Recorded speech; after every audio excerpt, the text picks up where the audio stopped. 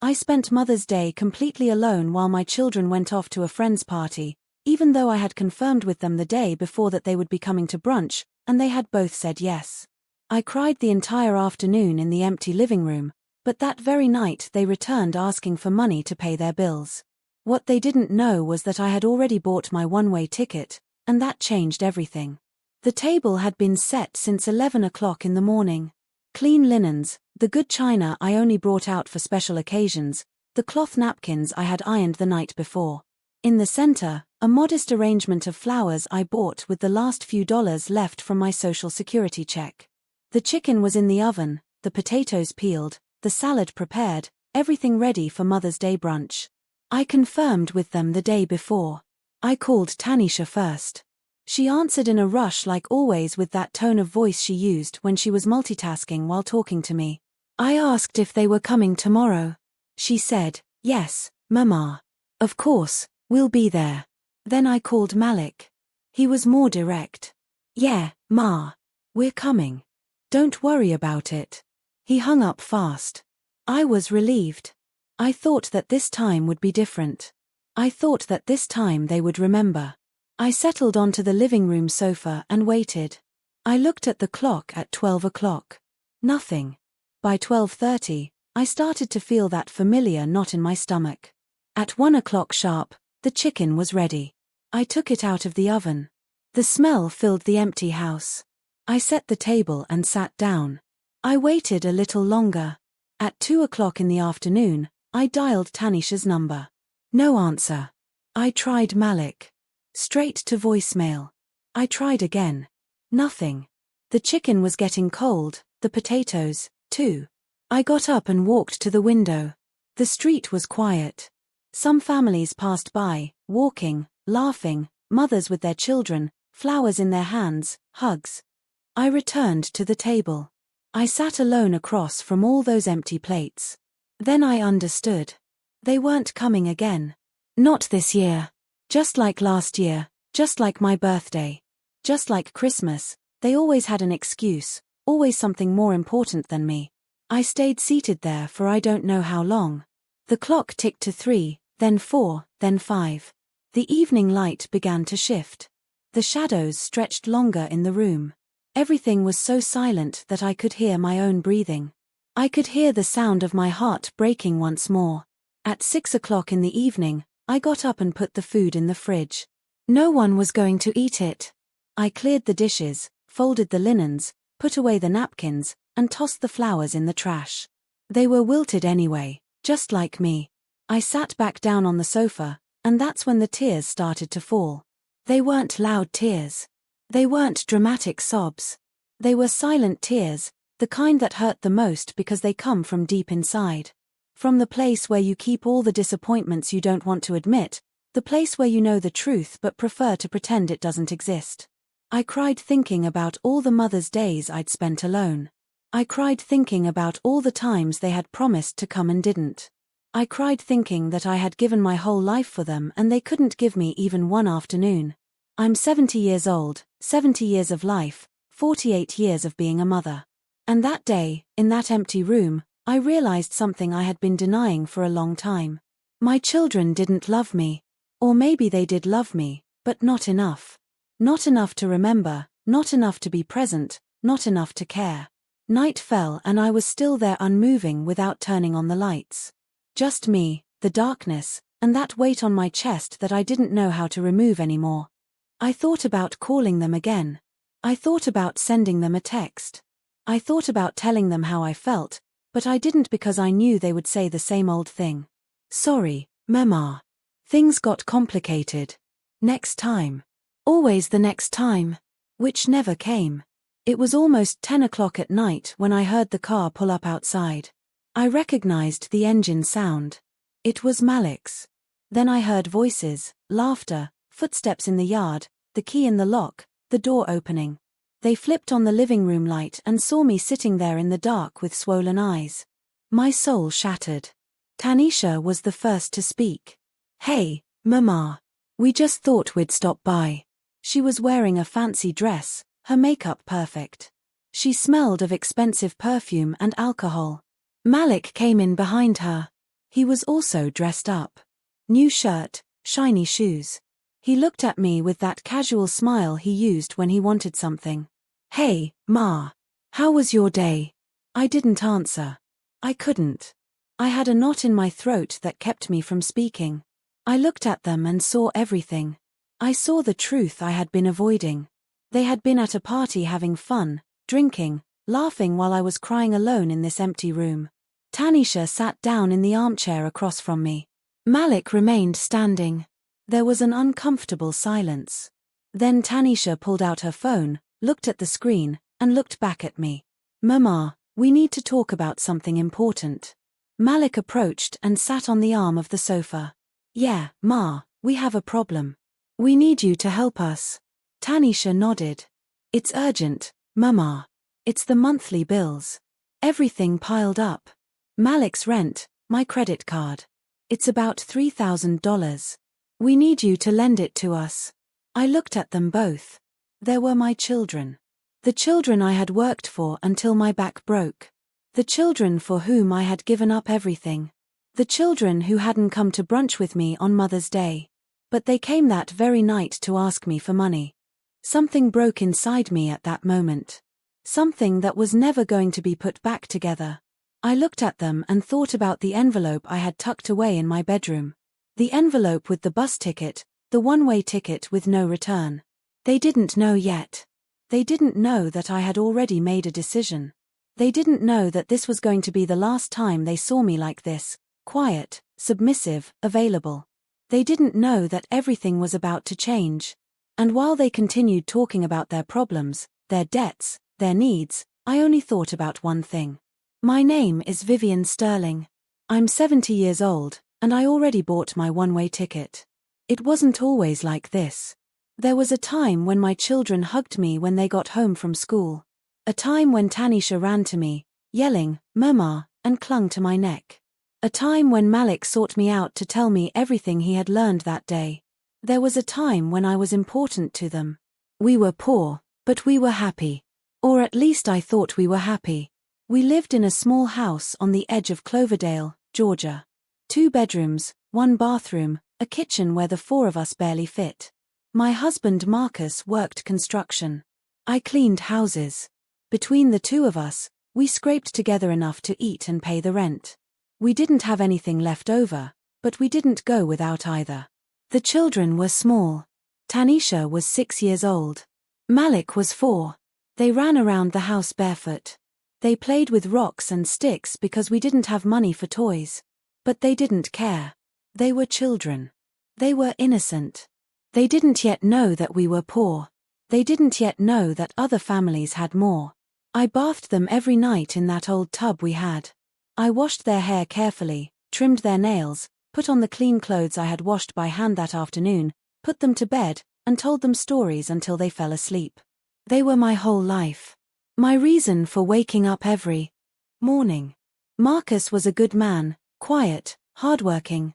He didn't talk much, but he loved me in his own way. He came home tired from work, sat at the table, and ate what I had prepared. Tanisha was the oldest, always more serious, more responsible. She helped me with Malik, looked after him when I had to work late, prepared dinner for him, and helped him with his homework. She was an adult child in a child's body, and I felt guilty about that, for robbing her of her childhood, for forcing her to grow up so fast. Malik was different, cheerful, a dreamer, always inventing things. He drew on any paper he could find. He told me that when he grew up, he was going to be an artist, that he was going to be famous, that he was going to buy me a big house, and that I would never have to work again. And I believed him because mothers always believe their children. The years passed. They grew up. The house felt smaller and smaller. Tanisha started complaining. She said her friends had better things, better houses, better clothes, better lives. She looked at me with that silent reproach that hurt more than any word. As if it were my fault we were poor. As if I wasn't doing everything possible. Malik changed, too. He stopped drawing. He stopped dreaming. He started hanging out with other boys. He came home late and wouldn't tell me where he had been. When I asked, he answered in monosyllables. He became distant, cold, like a stranger living in my house. But I kept working, kept sacrificing myself because that's what mothers do. Because I thought that someday they would understand, that someday they would be grateful, that someday they would tell me, "Thank you, Mama, for everything you did for us." When Tanisha turned 18, she got a job at a downtown store. She started earning her own money. I thought she would help me. I thought that now that she was working, I could rest a little.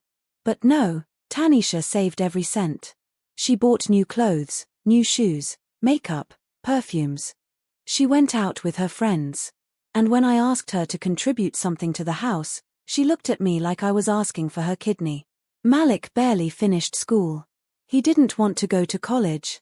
He said college wasn't for him, that he was going to get a job, that he was going to make money, and that he didn't need more education. I didn't insist. I was tired of fighting. I was tired of everything. He got a job at a mechanic shop. He earned little, but it was something. I thought he would stay with me, that he would help me with expenses, but after 6 months, he told me he was moving out. He had found an apartment with some friends. He needed his space. He was a man now, and he couldn't stay living with me forever. I remained silent. I didn't tell him that I felt abandoned. I didn't tell him that I was afraid of being alone. I didn't say anything. I just helped him pack his things. I gave him money for the first month's rent, money I didn't have, money I took from my meager savings, and I watched him leave without looking back. Tanisha left 2 years later. She met a man, fell in love, and got married. She didn't invite me to the wedding. Well, she did invite me, but it was one of those obligatory invitations you make because you have to. I went to the wedding. I sat in a corner. No one talked to me. No one introduced me. No one made me feel important. I was just the mother of the bride, an afterthought, an obligation. Tanisha's marriage lasted 3 years. Then she divorced, came back to my house crying, telling me the man had cheated on her, that he had treated her badly, that she needed a place to stay. I took her in. Of course, I took her in. She was my daughter. But she didn't thank me. She stayed for 6 months, recovered, met another man, and left again without saying goodbye. Malik never married. He had girlfriends, many girlfriends, all fleeting, all the same. He introduced them to me when he needed to impress them. Look, this is my mama. Bless her heart, she lives alone, always so sacrificial. And they looked at me with pity, with that pity that makes you feel small, invisible, unnecessary. The years kept passing. I kept working. Even though I couldn't clean houses like before, even though my back hurt so much that there were days I couldn't get out of bed, even though my hands trembled, even though my knees wouldn't hold me up, but they kept coming. Tanisha and Malik kept coming when they needed something. Money almost always. $200 for rent, $300 for a debt, $500 for an emergency. They never quite explained. And I gave. I always gave. Even if I had to skip buying my medicine. Even if I had to eat less. Even if I had to turn off the heat in winter to save. Because they were my children. Because I loved them. Because I thought that someday they would change. That someday they would grow up. That someday they would realize everything I had done for them. But that day never came. And while I waited for that day, they kept taking, kept asking, kept forgetting about me until that Mother's Day. Until that day, I sat in the empty living room crying, waiting, slowly dying inside. And they arrived that night, smelling of partying and having fun, of a life I never had, and asked me for $3,000, as casually asked for a glass of water. That's when something clicked in my head. When I understood that this was never going to change, that they were never going to change. That I could keep giving and giving until I dropped dead. And they would keep taking without thanks, without remembering, without loving. That night, I didn't give them the money. I told them I didn't have it. Tanisha got mad. She made that face she made when things didn't go her way. But Mama, you always have something tucked away. You always help us. It can't be that right now. You have nothing.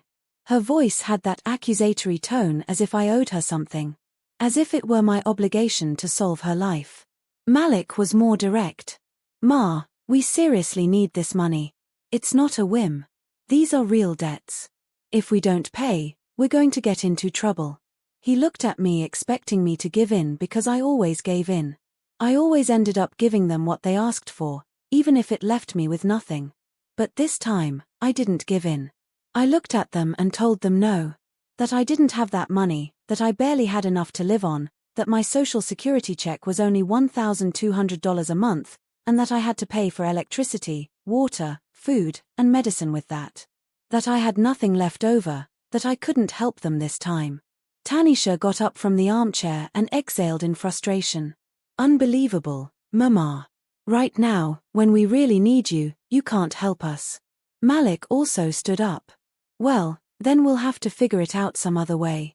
Thanks anyway. His thank you sounded empty, fake, like everything that came out of his mouth lately. They left without saying goodbye, without asking how I was, without noticing that I had been crying all afternoon, without seeing the table I had set for them, without caring that it was Mother's Day and they had left me alone. They left and closed the door, and I stayed there again in that empty living room, in that empty house, in that empty life. I stayed awake all night. I couldn't sleep. My mind wouldn't stop going over everything. The years, the sacrifices, the times I had gone without eating so they could eat. The times I had worked sick to pay for their school. The times I had given them even what I didn't have. And they didn't even remember. They weren't even grateful. To them, I was just an ATM, a place to come when they needed someth. A resource, not a person, not their mother, just a source of money that should always be available. The next day, I got up early. I hadn't slept, but I got up anyway. I made myself a cup of coffee, sat in the kitchen, and made a decision. I was going to investigate. I was going to know the truth. Because something didn't add up. Malik had a job. Tanisha did, too. Both of them earned more than me. So, why did they always need money? Where was all their income going? I opened my phone and went onto social media, something I almost never did because I didn't quite understand how those things worked. But Tanisha had shown me once. She had shown me how to search for people, how to see their photos. I searched for Tanisha's profile first, and there it all was. Photos and more photos. Tanisha in expensive restaurants. Tanisha in new dresses. Tanisha on trips to the beach. Tanisha at parties. Tanisha with drinks in her hand. Tanisha smiling. Tanisha living a life that according to her she couldn't afford. A life full of luxuries while she was asking me for rent money. I kept scrolling. More photos, more restaurants, more clothes, more trips, posts from a week ago, 2 days ago, yesterday, last night. A picture from the party she went to instead of coming to brunch with me. She was with her friends, all made up, all in fancy clothes. The description read, perfect day with my favorites, hearts, emojis, happiness. A perfect day. While I was crying alone in my house, while I was waiting for them to come, while I was saving the food, no one was going to eat. A perfect day. I searched for Malik's profile. More of the same. Photos at bars, photos with friends, photos with new motorcycles, photos in designer clothes, photos at concerts, photos at events. A full life, an expensive life, a life that didn't match someone who couldn't pay his bills. I stared at those photos for hours. I felt a strange feeling in my chest. It wasn't just sadness. It was something deeper.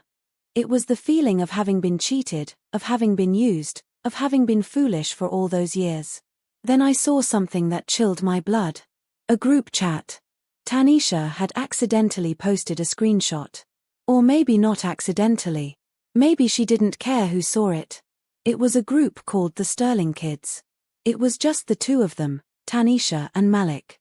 The screenshot showed part of a conversation. Malik had written, "Did you ask the old woman yet?" Tanisha replied, "Not yet, but I know how I'm going to work her. I'll tell her it's urgent. You know how she is. She always falls for it." Malik, LOL. Yeah, poor thing. But hey, that's what she had us for, right? To take care of her when she's old. And in the meantime, she can fund us a little longer. I read that once, twice, 3 times. I couldn't believe what I was seeing. The old woman. Poor thing. Fund us a little longer. That's how they talked about me. That's what they thought of me. As a burden, as a future obligation, as someone to make fun of. In the meantime, I closed the phone. My hands were shaking. I felt nauseous. I got up and went to the bathroom. I looked at myself in the mirror. I saw a 70-year-old woman, tired, worn out, with deep wrinkles, completely white hair, sad eyes, hands deformed from working so much. This was me, Vivian Sterling, the woman who had given her whole life for 2 children who called her the old woman. The woman who had broken her back, working so they could have everything she never had. The woman who kept giving them money while they mocked her in their private chats. I went back to my bedroom and opened the drawer of my nightstand. I took out an old box where I kept important papers, documents, receipts, and proof of payments. I started reviewing everything. I mentally tallied up how much money I had given them over the last 5 years. $20,000. In 5 years, I had given them $20,000. Money I took from my Social Security check. Money I saved by not buying things for myself. Money I borrowed and was still paying back. $20,000 that they spent on parties, clothes, trips, and whims while telling me it was for emergencies, for urgent debts, for necessities. They lied to me. They had always lied to me. And I had always believed them because that's what foolish mothers do. Believe their children even when all the signs say they shouldn't. I put the papers away, closed the box, and sat on the edge of my bed. In that moment, I understood something fundamental. If I didn't change this, no one would. They were never going to wake up one day and decide to treat me better. They were never going to be grateful. They were never going to appreciate me. They were never going to love me as I loved them. I had 2 options. Continue like this until I died. Keep being the old woman they fund. Keep giving them everything until I had nothing left. Until I died alone and forgotten in this house. While they continued with their perfect lives, posting happy photos online. Or I could do something different, something I had never done, something that scared me just to think about. I could choose myself for the first time in 70 years. I could think about me. I could do something for me. I got up, went to the living room, and turned on the old computer I had, the one Malik had given me years ago when it was too slow for him. I went online and searched for retirement communities near the coast. I don't know why I searched for that. Maybe because I had always dreamed of seeing the ocean, of living near the water, of hearing the waves, of feeling the breeze, things I never did because I was always too busy giving my life to others. Several results popped up. Quiet places, communities for older adults, small but respectable homes, affordable prices. Far from this city, far from this life, far from them. I wrote down some numbers, some names, some addresses. I turned off the computer and there, sitting in the room where I had cried the day before, I started planning something I never thought I would do. I started planning my escape, my freedom, my new life. A life where Vivian Sterling wouldn't be the old woman. Where she wouldn't be the thunder, where she wouldn't be the forgotten mother. A life where I could simply be Vivian, a woman, a person, someone who matters. But first, I needed to know more. I needed to understand exactly how deep the deception went. I needed to see with my own eyes who my children really were. So, I decided to do something I had never done. I decided to investigate them, follow them, and observe them without their knowledge. I called Eleanor. Eleanor Johnson, my old neighbor, the only person in this world who still treated me like a human being. I had helped her years ago when her husband died. I lent her money. I gave her food. I comforted her in her grief, and she never forgot it. Unlike my own children, Ellie knew how to be grateful. Ellie answered on the second ring. "Vivian, it is good to hear your voice. How are you?" Her voice was warm, real. We talked for a while. I told her a little, not everything. I couldn't tell her everything. I asked her for a favor. I needed her to help me get information. I needed to know where my children were going, what they were doing, and who they were with. Ellie didn't ask why. She just said, "Count on me." We arranged to meet the next day. That night, I slept a little better. Not because I was calm, but because for the first time in a long time, I felt like I had a purpose, a plan, a direction. I was no longer just the woman who waited. Now I was the woman who acted. Ellie came to my house the next morning. She brought coffee and pastries. She sat with me at the kitchen table and listened. I told her everything. I showed her the screenshots I had saved. I showed her the receipts for the money I had given them. I showed her the photos on social media, everything. Ellie listened in silence. When I finished, she just took my hand and said, "Vivian, this has to end." And I knew she was right. It had to end, but not just any way. It had to end the right way, a way that would give me back my dignity. Ellie knew people. She had contacts. Her nephew worked at a law firm. She told me she could get me an appointment, that he could help me organize my things, my papers, my money, my life. I accepted. 3 days later, I was sitting in an office across from a young lawyer. His name was Avery Jones. He was about 35. He was serious but kind. He offered me water and asked me to tell him my situation. And I talked. I talked more than I had talked in years. I told him about my children, about the money, about the lies, about how they treated me. I showed him everything I had collected. He took notes. He asked questions. Questions no one had ever asked me. Questions about me, about what I wanted, about what I needed. Avery explained several things to me. He explained that I was not obligated to give my children money, that they were adults responsible for their own lives, that I had the right to live peacefully, that I could do whatever I wanted with my money, my house, and my time. He talked to me about wills, bank accounts, and inheritance. He told me I could change everything, that I could protect the little I had, that I could make sure that when I died, my things would go to whoever I decided, not necessarily my children. That conversation opened my eyes. I had never thought about those things. I always assumed that everything I had belonged to them, that when I died, they would inherit. That was the natural order. But Avery made me understand that I could decide, that I was still alive, that I still had a voice, that I still had power. I asked him how much his services cost. He gave me a price. $500 for all the paperwork. It was a lot of money for me, more than I had available. But Ellie had lent me the money. She told me to pay her back when I could, or not to pay her back at all, that the important thing was for me to be okay. I hired Avery that same day. He asked for documents, deeds, bank papers, and receipts. I told him I would bring him everything. We agreed to meet the following week to start the process. I left that office feeling different, stronger, clearer, as if someone had turned on a light in a dark room where I had been living my whole life. Now I could see things as they were, not as I wanted them to be. That night, I reviewed all my documents, the house deed, my old will, my bank accounts, my pension. Everything was in order, but nothing was the way I wanted it. The old will said everything went to Tanisha and Malik in equal parts.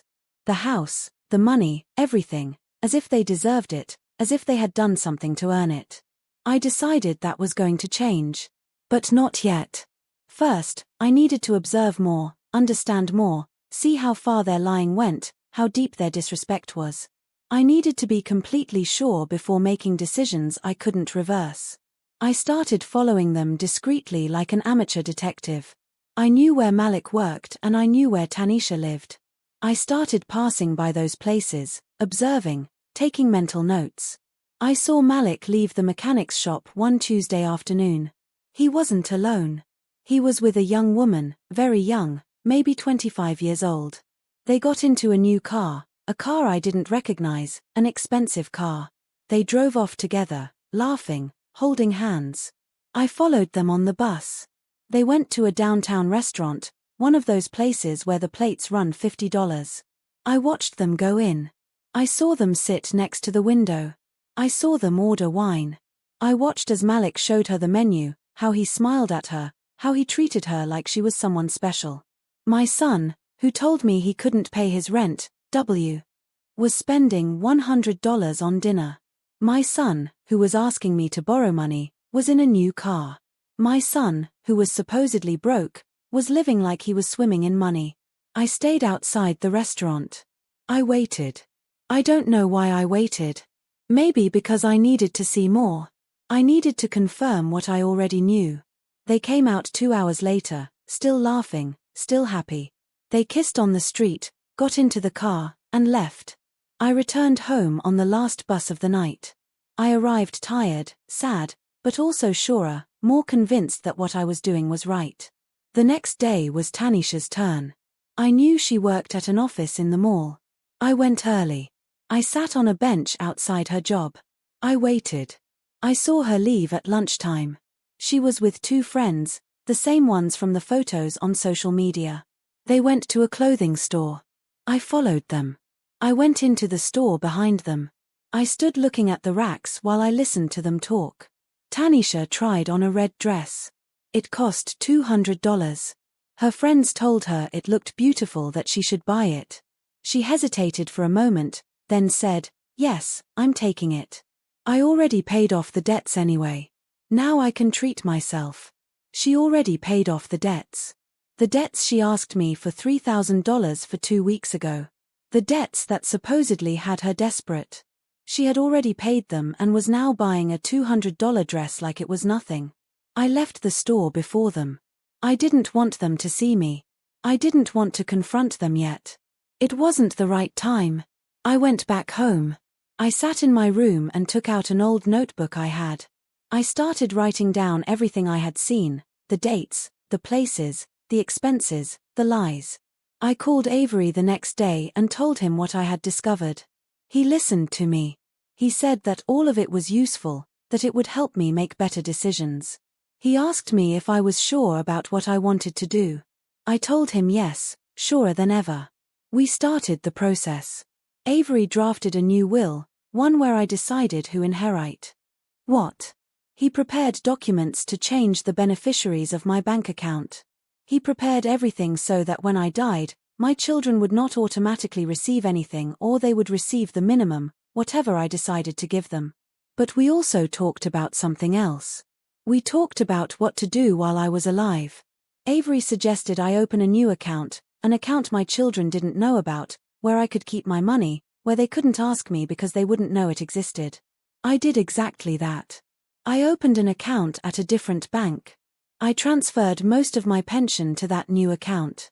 I left only the minimum in the old account, just enough to make it seem like I barely had enough to live on, which was true. But now I had a little saved, a little that was only mine, a little that no one was going to take from me. I also started selling things. Old things I had in the house, furniture I no longer used, clothes that no longer fit me, books, dishes, things I had accumulated over 50 years of life. I sold them online with the help of Ellie, who understood those things better than I did. It wasn't much money, 50 here, 100 there, but it added up. I saved every cent in my new account, my secret account, my escape fund, because that was what I was planning, an escape, a way out, a way to disappear from this life that was slowly killing me. Every day that passed, I was sure. I didn't want to continue like this anymore. I didn't want to be the mother who begged for crumbs of affection. I didn't want to be the old woman who funds them. I looked up bus tickets. I looked up distant destinations, places where no one knew me, where I could start over, where Vivian Sterling could be someone different, someone free. I found a coastal town about 600 miles from here, a small, quiet place with cheap houses with a view of the sea, with that ocean I always wanted to see. The ticket cost $70 one way. I saved that information. I hadn't bought it yet, but I knew I would soon. In the meantime, I kept pretending. I kept being the same Vivian as always when Tanisha or Malik called, which was rare. Very rare. 2 weeks passed without hearing from them. Not a call, not a text, nothing. As if I didn't exist, as if I had died and no one had noticed. But I was fine. For the first time in a long time, I was fine being alone, because I knew that loneliness was temporary, because I knew I was doing something, that I was taking control, that I was building something new. Ellie came to visit me often. We drank coffee. We talked. She told me about her grandchildren, about her life. I told her about my plans. She supported me. She told me I was doing the right thing, that I deserved to be happy, that I deserved to live for myself. One day she said something that stuck with me. "Vivian, you gave 50 years of your life for them. Now it's time for you to give yourself at least 10 years for you before it's too late. And she was right. I was 70 years old.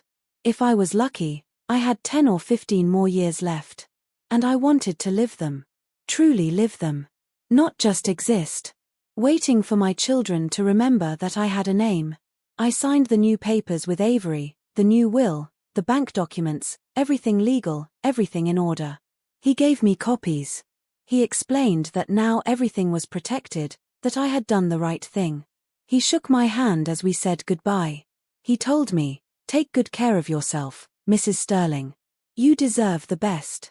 I left that office feeling light, as if a weight had been lifted off me.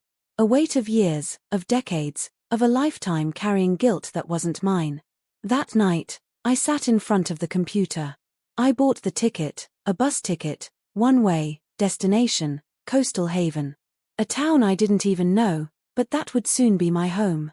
The departure date in 2 months.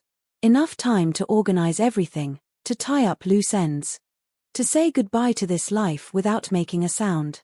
The ticket was tucked away in the drawer of my nightstand.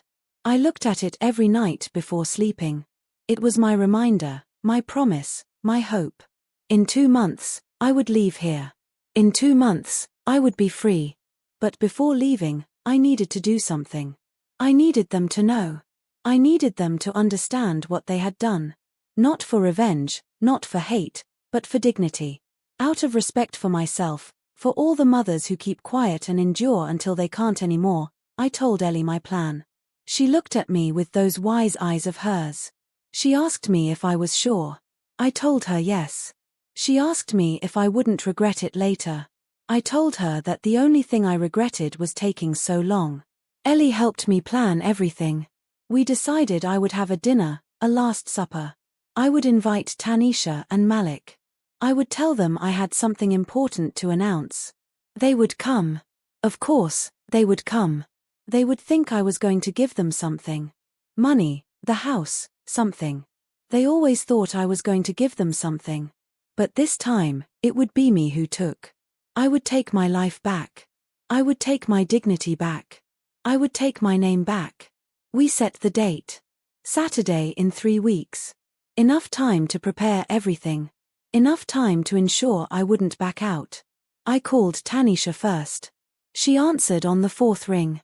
"Hello, Mama. What's going on?" Her voice sounded distracted as always. I told her I wanted to have a family dinner, that it had been a long time since the 3 of us had gotten together, that I had something important to tell them. There was a silence. Then she asked, "Is it something bad, Mama?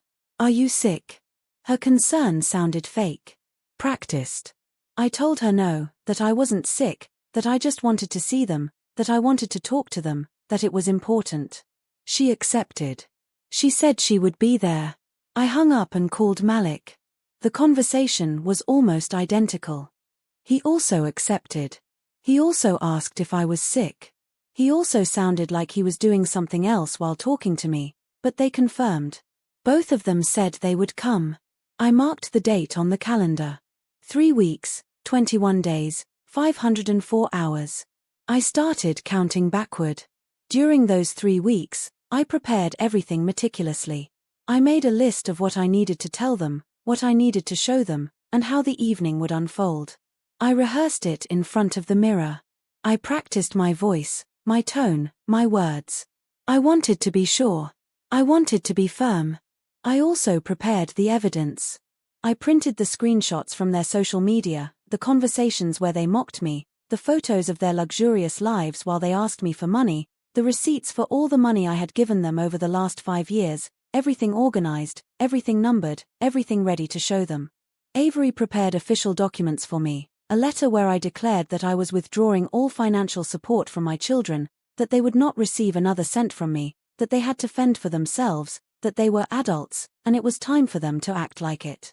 Copies of the new will, copies of the changes to my bank accounts, everything legal, everything signed. I also prepared envelopes, 3 envelopes. One for Tanisha, one for Malik, one for Ellie. In Ellie's envelope, I put a thank you note and $500, the money she had lent me, plus a little extra for her friendship, for her loyalty, for being the only person who treated me like a human being. In Tanisha's envelope, I put the keys to a safe deposit box. Inside that box were things from her father. Photos, letters, memories, things that might matter to her. Maybe not, but it was the only thing she would inherit from me while I was alive. In Malik's envelope, I put the same keys to another safe deposit box with things from his father, with memories from his childhood, material things they could keep because I no longer needed them. Because where I was going, there was no room for the past. The days passed slowly. Every day I felt more nervous, more anxious, but also surer, more convinced. There were moments when I doubted, moments when I thought that maybe I was being too harsh, too cruel. But then I remembered. I remembered Mother's Day. I remembered the lies. I remembered how they called me the old woman. And the doubt disappeared. Ellie came over every day. She helped me with the preparations. She listened to me rehearse. She told me I was doing well, that I was being strong, that I was being brave. Her support was the only thing that kept me firm. A week before the dinner, I got a call from Malik. He needed money again, $500 to fix his car. He said it had broken down, that he needed the car to work, that if he didn't fix it, he would lose his job. The same old story, the same script. I told him I didn't have it. I told him to wait until after dinner, that we would talk. Then he got upset. He said he couldn't wait, that it was urgent. I repeated that I didn't have it. He hung up angry. 2 days later, I saw a photo on his social media of the new car, the same car I had seen him in with the young girl running perfectly without any problems. Lies. Always lies. They weren't even trying to make the lies believable anymore.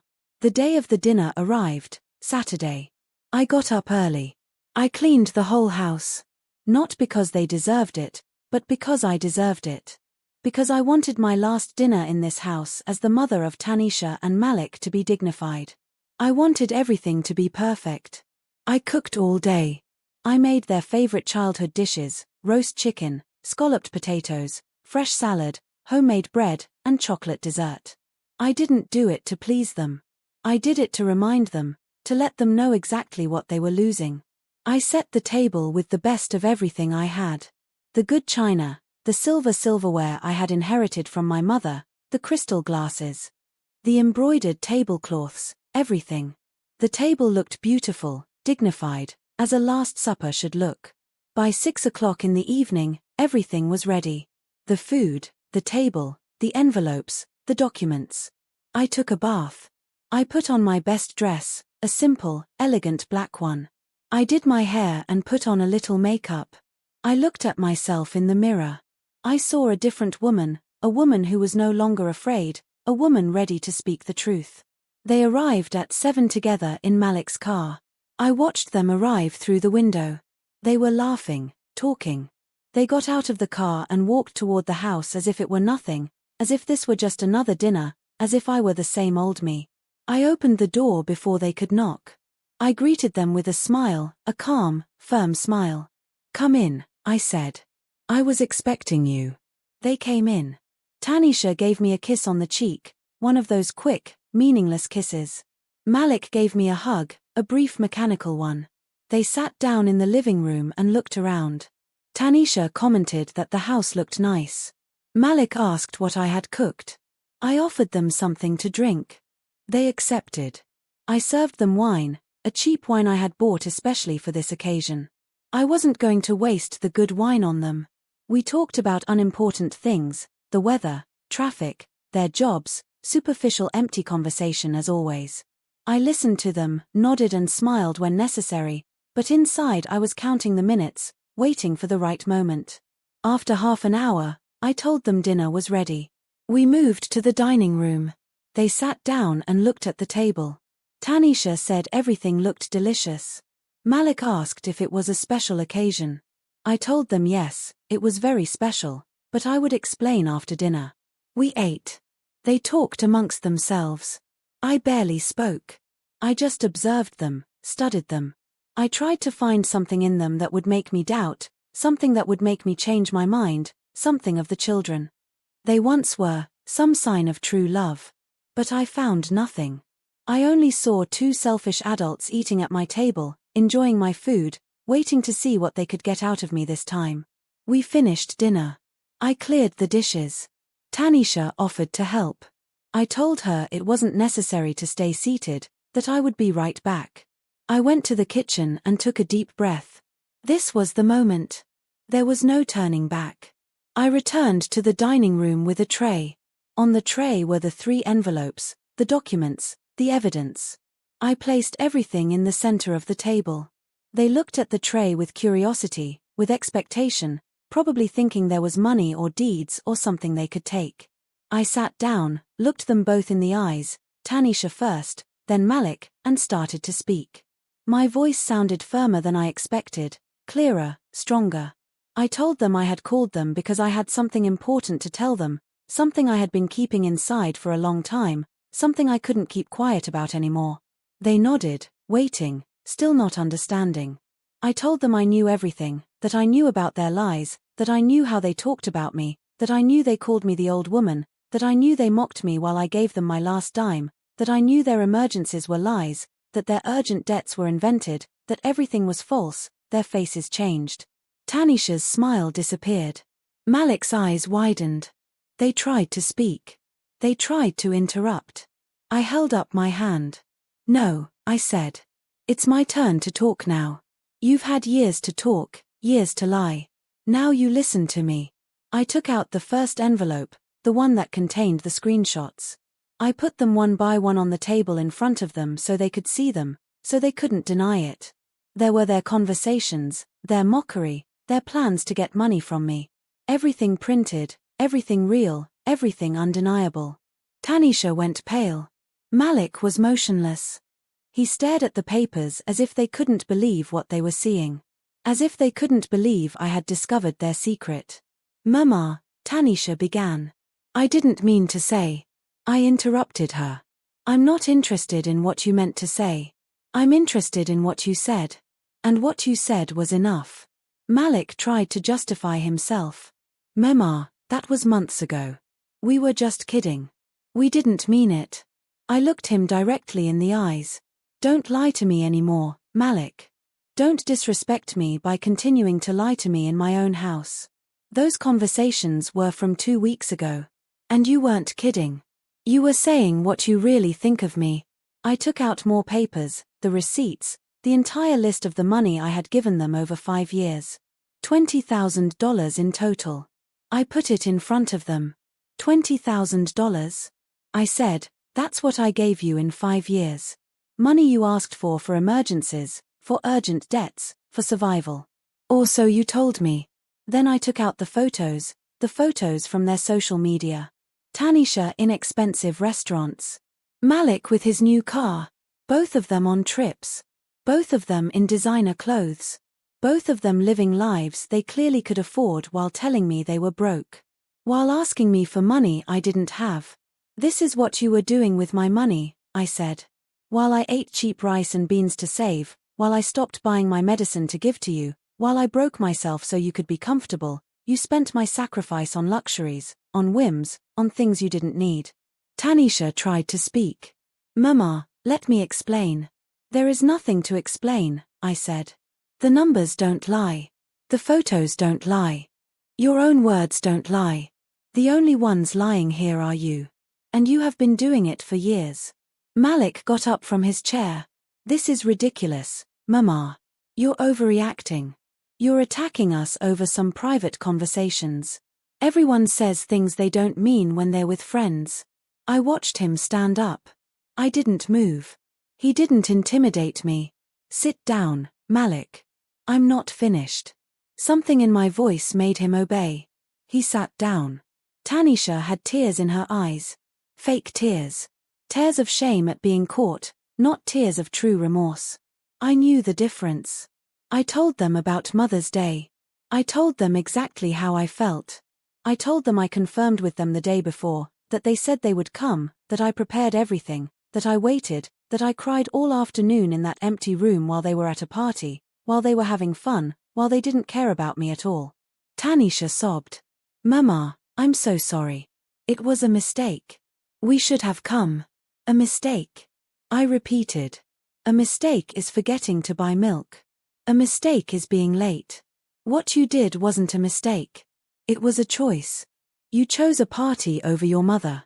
You chose your friends over me. And then you had the nerve to come here that same night and ask me for money. Malik had his head down. He wouldn't look at me. He knew he had no defense. He knew everything I was saying was true. I told him that the night they arrived asking for $3,000 was when something shifted inside me. When I understood that it was never going to be enough, that I was never going to be important to them, that I was just a source of funds, I took out the documents Avery had prepared, the new will, the bank changes. This is what I came to tell you tonight, I said. This is the important announcement I had to make. I showed them the will. I explained that I had changed everything, that they would no longer inherit automatically, that I had decided what to do with my things, with my money, with my life. Tanisha stopped crying. She looked at me with wide eyes. What does that mean, Mama? It means I took control, I replied. It means you won't manipulate me anymore. It means you won't lie to me anymore. It means you won't get another cent from me. It's over. Malik stood up again. This is crazy. You can't do this. We're your children. We have rights. I looked at him coldly. You have a right to nothing. I worked for every cent I have. I broke my back to give you everything and you paid me back with lies and contempt. So yes, I can do this and I already have. I showed them the bank papers. I explained that I had opened a new account, that most of my money was there, that they didn't have access, that they would never have access, that what I decided to do with that money was my business, not theirs. Tanisha stood up, her face changed, sadness turned to rage. This is what that snake Ellie told you, right? She put these ideas in your head. She's manipulating you. I looked at her with pity. Ellie is the only person who has treated me with dignity in years. The only one who listens to me, the only one who cares about me as a person and not as an ATM. So, don't you dare speak ill of her. Malik started pacing. This can't be happening. This can't be real. We've always loved you, Mama. We've always been there for you. I laughed, a dry, humorless laugh. Been there for me? Where have you been, Malik? Where were you on Mother's Day? Where were you on my birthday? Where were you when I was sick last year? Where were you when I needed you? He didn't answer. He couldn't answer because the truth was they were never there. They only showed up when they needed something. They only called me when they wanted money. The rest of the time I didn't exist to them. I handed them the envelopes with their names on them. These are for you, I said. Open them if you want or don't open them. I don't care anymore. Tanisha opened hers with trembling hands, took out the keys, and looked at the paper that explained they were for a safe deposit box with things from her father. Nothing else. Is this it? She asked. Her voice sounded incredulous. That's it. I confirmed. Malik didn't even open his. He left it on the table. The three of us looked at each other in silence. A heavy silence full of painful truths, full of years of mistakes, full of a relationship that had been broken for a long time and that I was just admitting. Tanisha tried one last resort. Mama, please can we fix this? We can change. We can be better children. Give me a chance. I shook my head. You had years of chances. Every Mother's Day I spent alone was a chance to change. Every time I gave you money I didn't have was a chance to be grateful. Every time I forgave you was a chance to be different. There are no more chances left. Malik came up to me. He took me by the shoulders. Mama, this is a mistake. You're angry. I understand. But don't make decisions you're going to regret. We're your family. We're all you have. I removed his hands from my shoulders. Exactly, Malik. You're all I have. And that's very sad because what I have is nothing. Two children who don't love me, who only use me, who only remember I exist when they need something. I told them to leave, that dinner was over, that I had said everything I had to say, that there was nothing more to talk about. Tanisha started crying. This time, maybe they were real tears. Tears of realizing what they had lost. Or maybe just tears of rage. I didn't care anymore. Malik stood there looking at me as if I were a stranger. And perhaps I was. Perhaps he never truly knew me.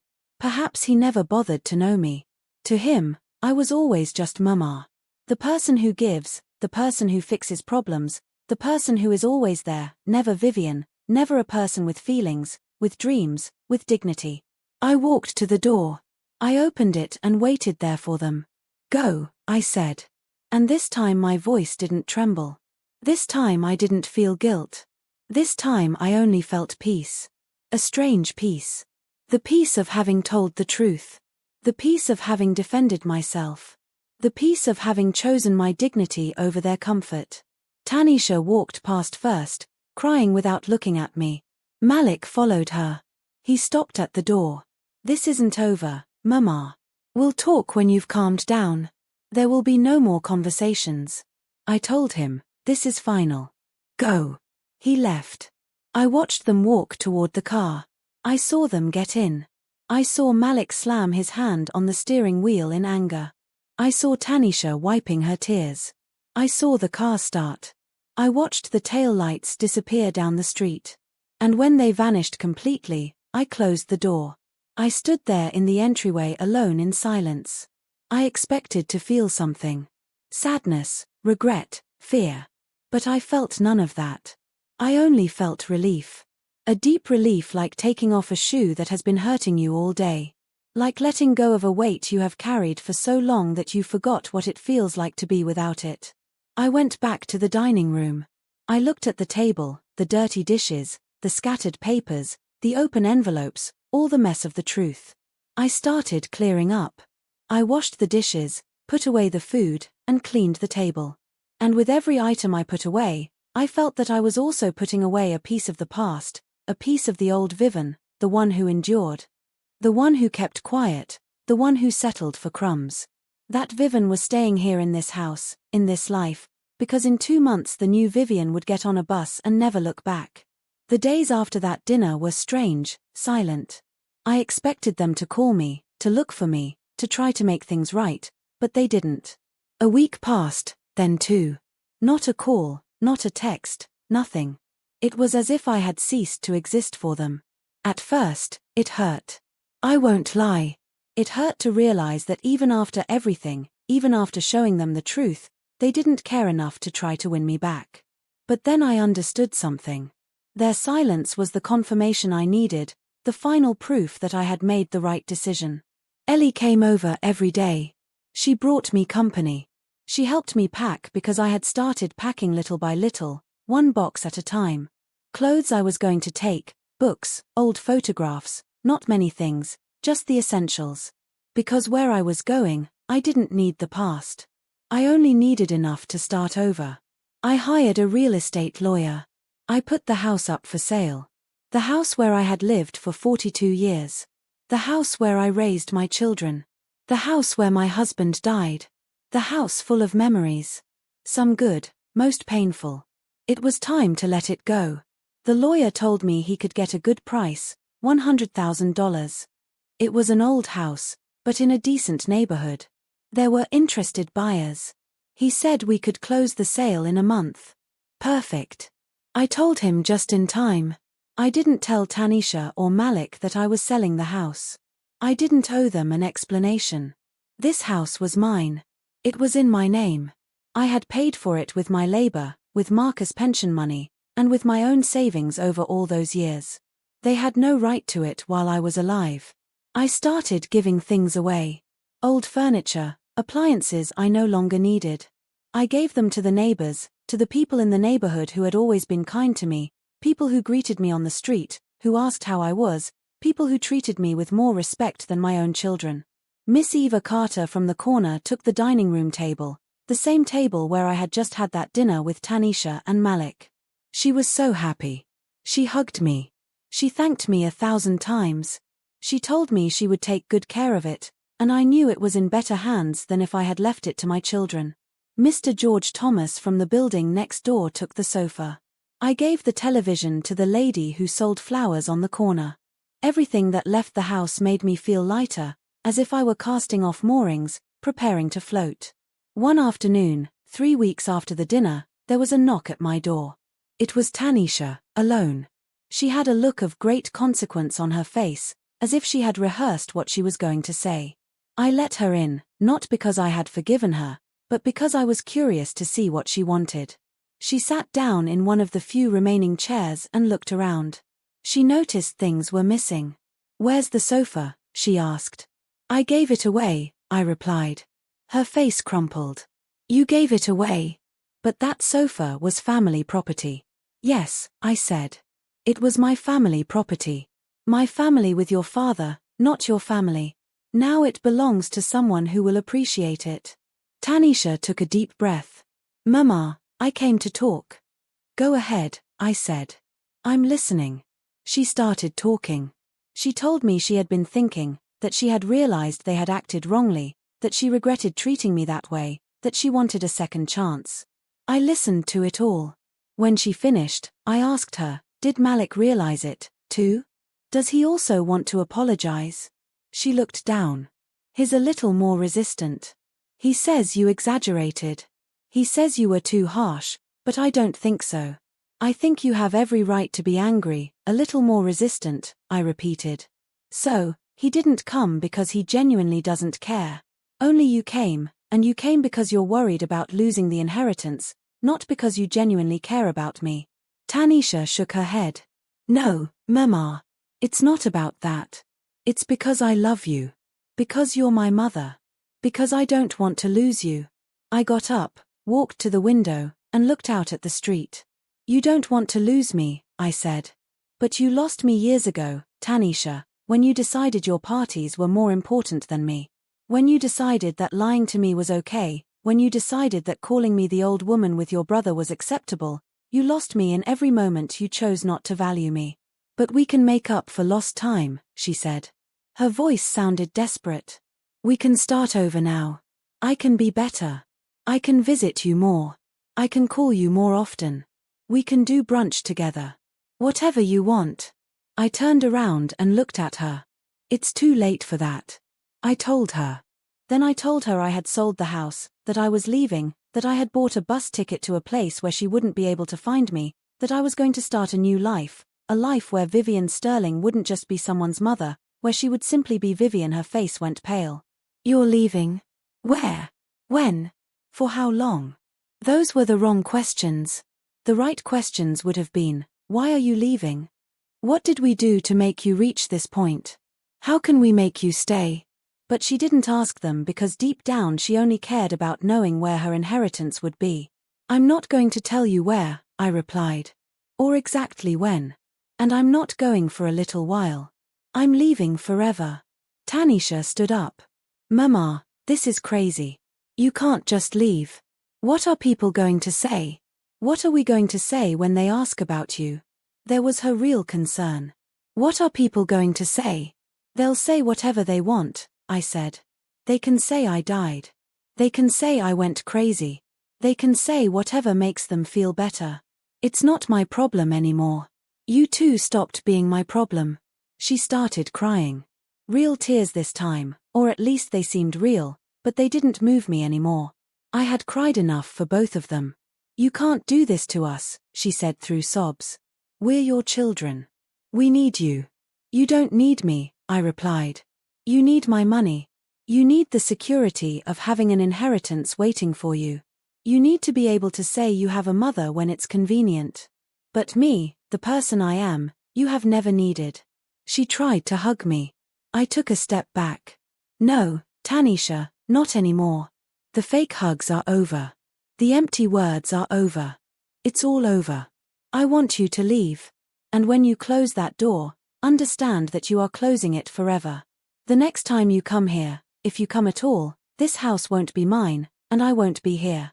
She stood there looking at me as if she didn't recognize me. And she was right not to recognize me because I didn't recognize myself either. This new Vivian was someone I had never been before, someone who defended herself, someone who said no, someone who chose her own happiness over guilt. Tanisha walked toward the door. She stopped and turned around. "If you change your mind," she said, "if you decide to stay, if you decide to give us another chance, please call me." "I'm not going to change my mind," I said. This is my final decision, and it's the best decision I've ever made in my entire life." She left. She closed the door slowly, as if closing it slowly could make it hurt less. I stood there waiting to feel something. Guilt, sadness, regret. But I only felt more peace, more clarity, more certainty that I was doing the right thing. That night, Ellie came for dinner. I told her about Tanisha's visit, about what she had said, about how she had left. Ellie listened to me while we ate the soup she had prepared. When I finished talking, she just said, "I'm proud of you, Vivian. So proud." Those words touched my soul because no one had told me that in years. No one had been proud of me. My children never were. Marcus perhaps was, but he never said it aloud. Ellie was the first person in decades who made me feel like I was doing something right, something brave, something important. I gave her the envelope with her name on it. She opened it, saw the money, and tried to give it back to me. "No, Vivian, this is too much. I don't need it. I lent it to you from the heart." "No, Vivian, this is too much. I don't need it. I lent it to you from the heart." "Ellie," I insisted. "You have been more family to me in these last few months than my children have been in years. Please accept it not just as payment but as thanks for seeing me, for listening to me, for treating me like a person." She finally accepted. She hugged me. A real hug. One of those that means something. One of those that makes you feel that you are not alone in the world. We cried together. But they weren't sad tears. They were tears of liberation, of friendship, of two older women who understood each other without needing explanations. The following days were a whirlwind. The house buyer rushed the process. He wanted to close in 2 weeks. "Perfect," I said. "The faster the better." I signed papers, documents, transfers, everything legal, everything necessary, so that when I left, Avery helped me with everything. He made sure the sale money went to my new account, the account my children didn't know about, $100,000. It was more money than I had ever had in my life, and it was all mine to do whatever I wanted with. I only withdrew what I needed in cash, $5,000.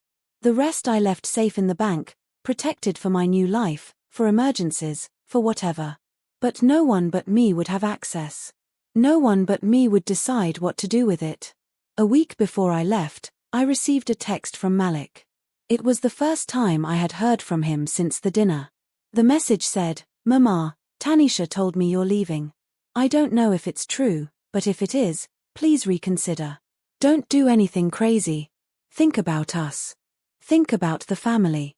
I didn't reply. There was nothing to say. I deleted the message. I blocked his number. I did the same with Tanisha's number. I didn't want their texts anymore. I didn't want their calls anymore. I didn't want anything from them. The moving day came. People from a company came. They took the few boxes I had prepared. I sent them by package delivery to Coastal Haven, to a small hotel where I would stay for the first few weeks while I looked for a permanent place. Everything was organized. Everything was planned. Everything was ready. The house was empty. Completely empty. I walked through the rooms one last time. The room where I slept with Marcus. The room where Tanisha and Malik grew up. The kitchen where I prepared thousands of meals. The living room where I cried on that Mother's Day that changed everything. I said goodbye to every space, not with nostalgia, but with acceptance. This house held my past. But I was going toward my future, and the future didn't need these walls. It didn't need these memories. It only needed a 70-year-old woman with a bus ticket and a small suitcase. I closed the door for the last time. I gave the keys to the lawyer. I signed the last paper. And just like that, the house stopped being mine. 42 years of history closed with one signature and a handshake.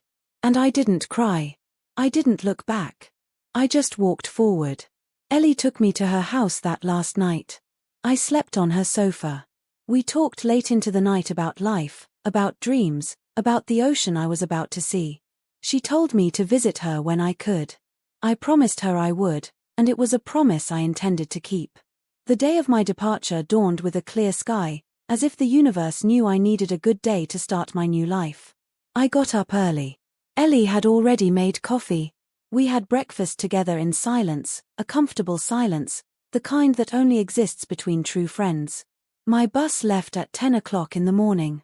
Ellie drove me to the terminal. I carried my only suitcase, a small suitcase with the essentials, clothes, documents, some old photographs, not of my children. I left those behind, only photos of Marcus, of my parents, of moments worth remembering. We arrived at the terminal an hour early. We sat on a bench, holding hands like two sisters saying goodbye. Ellie's eyes were moist. "Vivian," she said, "you're going to be okay. I know you're going to be okay. You're going to find the peace you deserve." "I know," I replied. And for the first time in a long time, I really believed it. Then something I didn't expect happened. While we were sitting there, I saw someone familiar. It was Tanisha. She was walking quickly toward me. Malik was following behind her. My heart sped up. How had they found me? How did they know? They came up to me. Tanisha was breathless. "Mama, thank God we found you." Malik looked at my suitcase, my ticket in hand, the reality that I was leaving finally sinking in for them.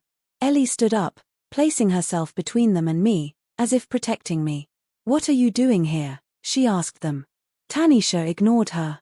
"Mama, you can't leave like this. Please, we have to talk." Malik nodded. "This is insane. You're our mother. You can't just disappear." I looked at them calmer than I thought I would be. "How did you know I would be here?" I asked. Tanisha hesitated. Then she spoke. "I called Ellie. I begged her to tell me. I told her we needed to say goodbye to you, that we needed to talk one last time." I looked at Ellie. She shook her head. "I'm sorry, Vivian." She called crying. She said she just wanted to say goodbye. "I thought maybe it would be good. I thought maybe you needed that closure." I wasn't angry with Ellie. I understood why she did it. She had a good heart. She thought she was doing the right thing. "It's okay," I said. "It's fine." I stood up. I faced my children. "You have 5 minutes." I told them. "Tell me what you came to say." Malik spoke first. "Mama, you sold the house. Our house. The house we grew up in without even telling us, without asking us. How could you?" I looked at him directly. "That house was mine, Malik, not yours, not Tanisha's. Mine. I paid for it. I lived in it. I decided what to do with it. You have no right to it." "But it's our inheritance," Tanisha said. "It's what you were going to leave us. It's our future. Your inheritance." I repeated, "Your future. It's interesting that you only think about what you will receive when I die. Never about what you could give me while I'm alive. Never about how you could make my last years good. Only about what you will inherit." "That's not true." Malik said, "Of course we think about you. Of course you matter to us." I laughed. A bitter laugh. "If I mattered to you, you wouldn't be here complaining about the house. You would be asking me why I'm leaving, asking me if I'm okay, asking me what I need. But no, you only care about the money as always." Tanisha started crying again. "Mama, please don't leave hating us. Don't leave like this. We can change. I swear we can. We can be better. Give me a chance. Give me time to show you I can be the daughter you deserve." I looked at her. "You had 50 years to be that daughter, Tanisha. 50 years. I don't have any more time left to wait." I took 2 envelopes from my purse. The last 2 envelopes I had prepared. I handed them over, one for each of them. "This is the last thing you will receive from me," I said. "Open them when you leave." "Not now. When you leave." Tanisha took her envelope with trembling hands. Malik left his in his pocket without looking at it. "What's inside?" Malik asked. "A letter," I replied. "Telling you everything I couldn't say all these years. Everything I kept quiet, everything I endured, everything you deserved to hear a long time ago, and also something else, something you need to know." Tanisha opened her envelope despite me telling her to wait. She took out the letter and started reading. Her face changed. She pulled it. She looked at Malik. "Malik, you have to read this." He took out his envelope and read too. Both of them looked at me with expressions of shock. In those letters, I had written the complete truth. I told them about every sacrifice. Every time I ate less so they could eat more. Every time I skipped buying my medicine to pay for their school. Every time I worked sick so they could have new clothes. I included numbers, dates, details they never knew or chose to ignore. I also told them about the money. I told them exactly how much I had received from the sale of the house, $100,000. I told them that they wouldn't see a cent of that money while I was alive, that I would use it to live out my last years as I wished without asking anyone for permission, without feeling guilty. I explained that I had changed my will, that when I died, the little that remained would be divided as follows. 50% for Ellie for being the only person who treated me with dignity, 25% for a charity organization that helps abandoned elderly women, and 25% divided between the two of them if they were still alive to receive it. This can't be legal, Malik said. There has to be some law that protects children, that gives us a right to inheritance. I looked at him with pity. It is completely legal, Malik. Avery made sure of that. I have every right to do what I want with my money, with my property, with my life, and this is what I chose to do. Tanisha was still crying. But Mama, you don't have to leave. Stay. Live close to us. We can take care of you. We can be more present, please. I already bought the ticket, I said. I already closed the sale. I already said goodbye. There is no turning back. This is final. They announced my bus. Departure to Coastal Haven, gate number 6, final call. It was my signal, my moment. I picked up my suitcase. Ellie hugged me tightly. Take good care, she whispered in my ear. Write me when you arrive. Call me when you can. And above all, be happy. You deserve it. I promised her. I turned to leave. Tanisha grabbed my arm. Mama, wait. Please, just tell me one thing. Do you hate us? I stopped. I looked her in the eyes. I don't hate you, I said. But I don't love you enough to keep sacrificing myself for you either. And that's the difference. Love has to be mutual. It has to be reciprocal. And ours never was. Malik stepped forward. Then what are we now? What are we to you? Nothing, I replied. And the word sounded harsher than I intended, but it was the truth. You are nothing to me because I was always nothing to you. Just a source of funds, just an obligation, just someone who was there because she had to be. Now I don't have to be and I chose not to be. I walked toward the boarding gate. They followed me a few steps. Then they stopped as if they finally understood that there was nothing else to do, nothing else to say, that this was real, that their mother was truly leaving, and that they had caused it. I showed my ticket. The driver checked my bag. He told me to get on board. I climbed the steps of the bus and found my seat. It was next to the window. I sat down and looked outside. Ellie was there smiling at me, waving goodbye.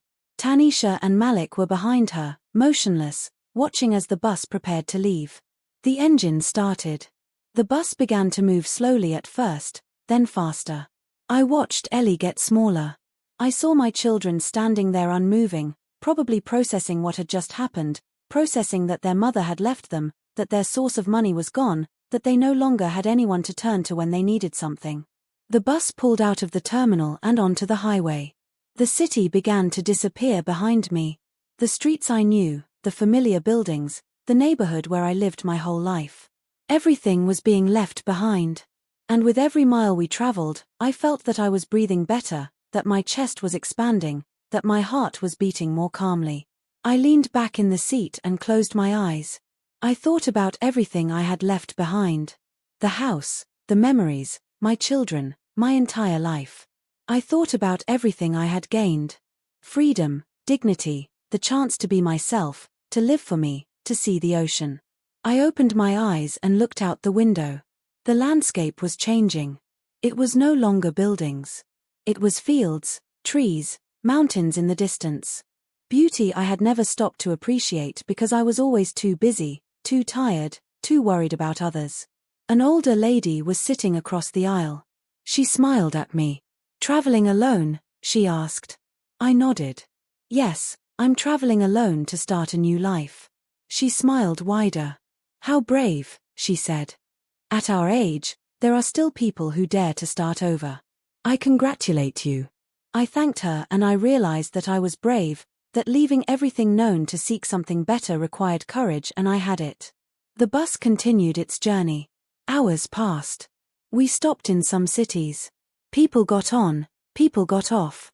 I stayed in my seat, watching the world go by, feeling every mile like a liberation, like one more step toward the woman I should have always been. I thought about Tanisha and Malik.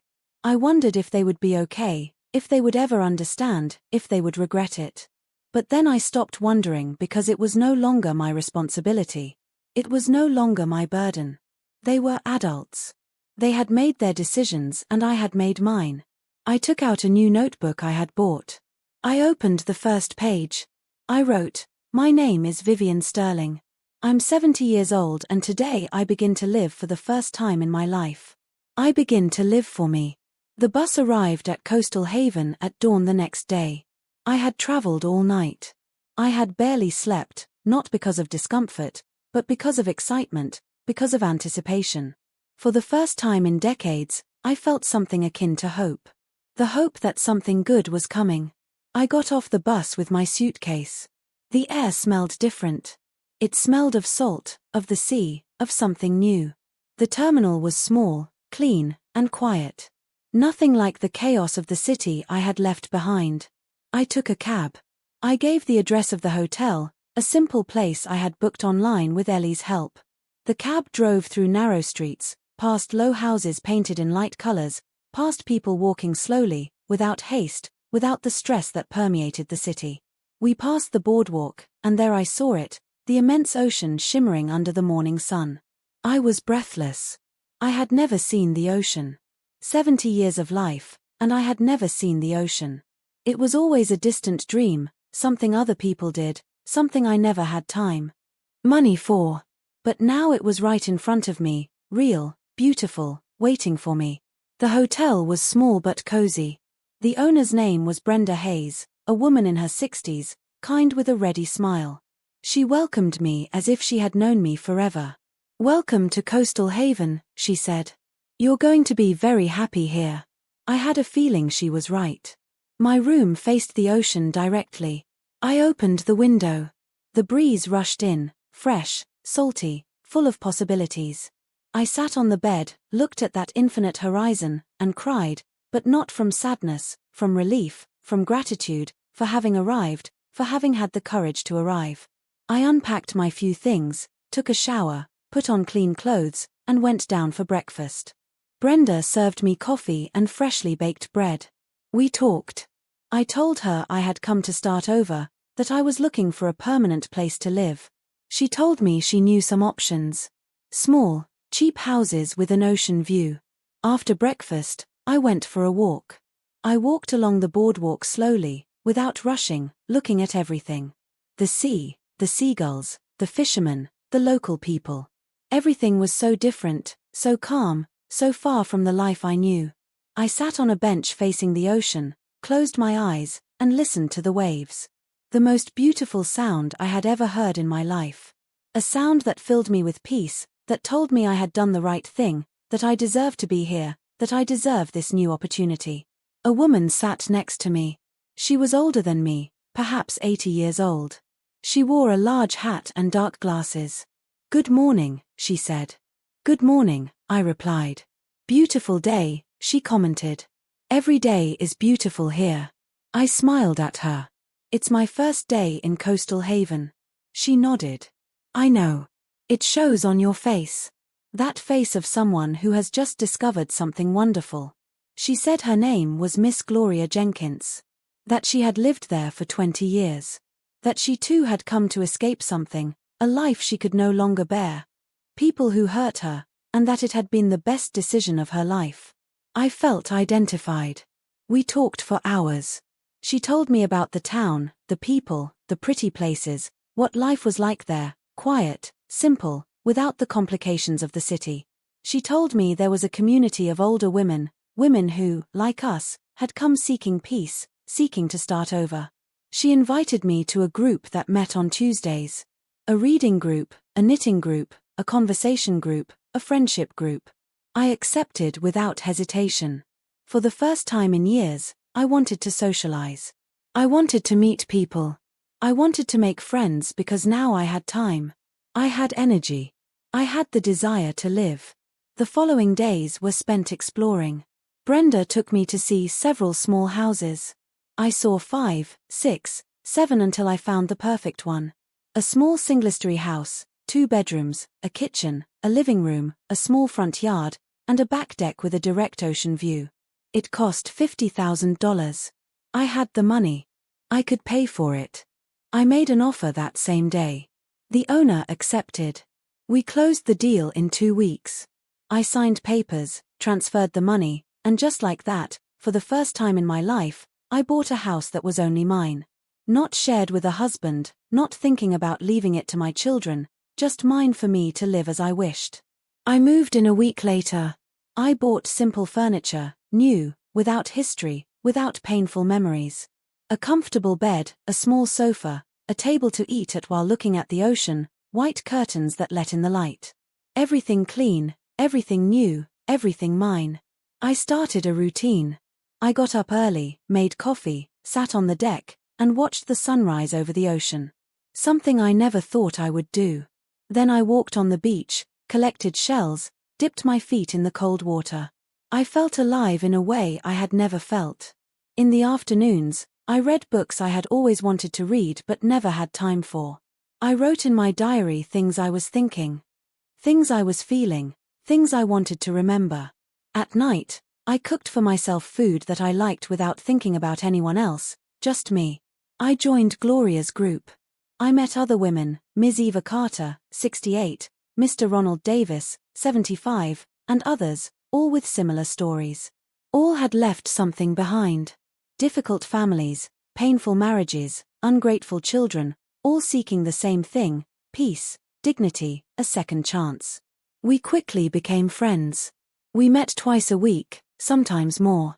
We drank tea, knitted, talked, laughed, and shared our stories without judgment, without pity, only with understanding, with that deep comprehension that only comes from having lived the same things. Months passed. I called Ellie every week. I told her about my life, my house, the ocean, my new friends. She told me about the city, about the neighbors. She never mentioned Tanisha or Malik, and I never asked. That chapter was closed. I didn't want to reopen it. One day, 6 months after my arrival, Ellie told me something. "Vivian, your children have been looking for me. They ask about you several times. They want to know where you are. They want to know if you're okay. I haven't told them anything, but I thought you should know." I thanked her. I told her to do what she thought was right, but that I wasn't ready to talk to them. Maybe I never would be ready. The truth is I thought about them sometimes, not much, but sometimes. I wondered if they had learned anything, if they had changed, if they regretted it. But then I remembered that it was no longer my responsibility, that I had done my part, that I had given them 50 years, and that now these years belonged to me. I turned 71 in Coastal Haven. My friends threw me a small intimate party with homemade cake and candles. They sang happy birthday. They hugged me. They told me they loved me. And I believed them because their affection was real, unconditional, not self-interested, just pure, true. Gloria gave me a painting she had done. The woman who settled for crumbs of affection. That Vivian had stayed in that city, in that house, in that life. The Vivian I was now was different. She was a woman who had chosen herself, who had taken the reins of her own life, who had said enough, who had had the courage to start over when everyone thought it was too late. I took out my diary and opened a blank page. I wrote the words I had been saving, the words I needed to say, the words that closed one chapter and opened another. My name is no longer theirs. I am no longer just Tanisha and Malik's mother. I am no longer just Marcus's widow. I am no longer the woman who gives and gives until she has nothing. My name is Vivian. Simply Vivian, a 71-year-old woman who lives by the ocean, who has true friends, who wakes up happy, who goes to sleep peacefully, who knows the taste of freedom, who learned that it's never too late to choose herself. My story with them ended, but my story is just beginning. And this story is only mine. No one can take it from me. No one can ruin it. Because I finally learned the most important lesson of all. That self-love is not selfishness. That taking care of yourself is not betrayal. That choosing your happiness is not cruelty. I closed the diary and looked at the ocean. The waves continued their eternal rhythm, rising and falling like life itself, like endings which are also beginnings, like goodbyes, which are also welcomes. The sun finished setting. The stars began to appear one by one, filling the dark sky with light. I stayed seated there, breathing the salty air, listening to the sea, feeling complete. For the first time in 71 years, I felt complete. Not because someone completed me, but because I had finally found myself, the Vivian who was always there, waiting, awaiting her moment, her opportunity, her time. And that time had arrived. My story was just beginning. And it would be a beautiful story, a story of freedom, of dignity, of a woman who refused to end her life as